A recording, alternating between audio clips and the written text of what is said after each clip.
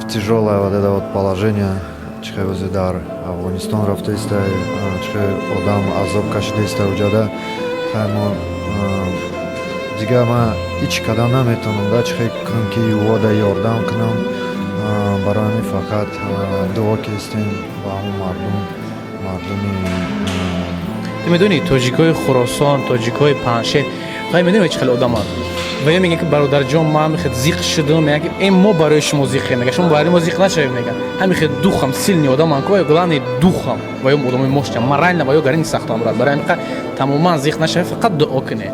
Ба мардуми Паншер чӣ гуфта мехоҳӣ? ман як гап мегӯям фақат да ки во ҳеҷ вақт чихай ба тоҷикӣ бигӯям намедонам, короче худшон тока хис накунам, бидонам ки ин мо ҳама фақат дар кошавода ёрдам мекунем. ҳозир хай якам тарак чота шидаистай, границаро маҳкам шидаистай, не ки хай биёян инҷа в любом случае ҳамун Тоҷикистонда хона, нун, намак меёвам барои во в любом случае, барое ки солҳои 90 наоборот будаям.